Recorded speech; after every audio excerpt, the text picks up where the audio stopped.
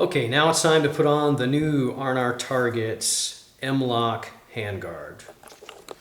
So in the original video we showed how to pull apart the old handguard and pop it loose.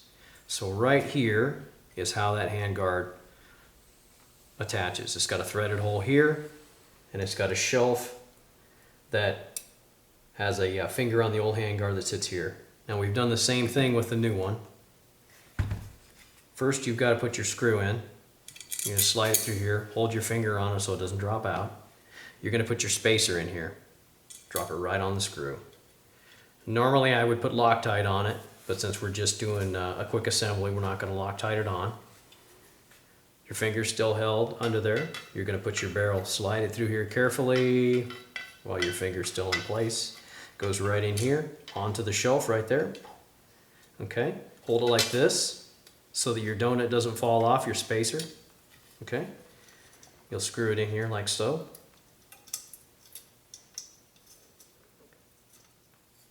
Then you'll get your wrench, your torque it down, and there you go. Now you've got a nice small M-Lok handguard.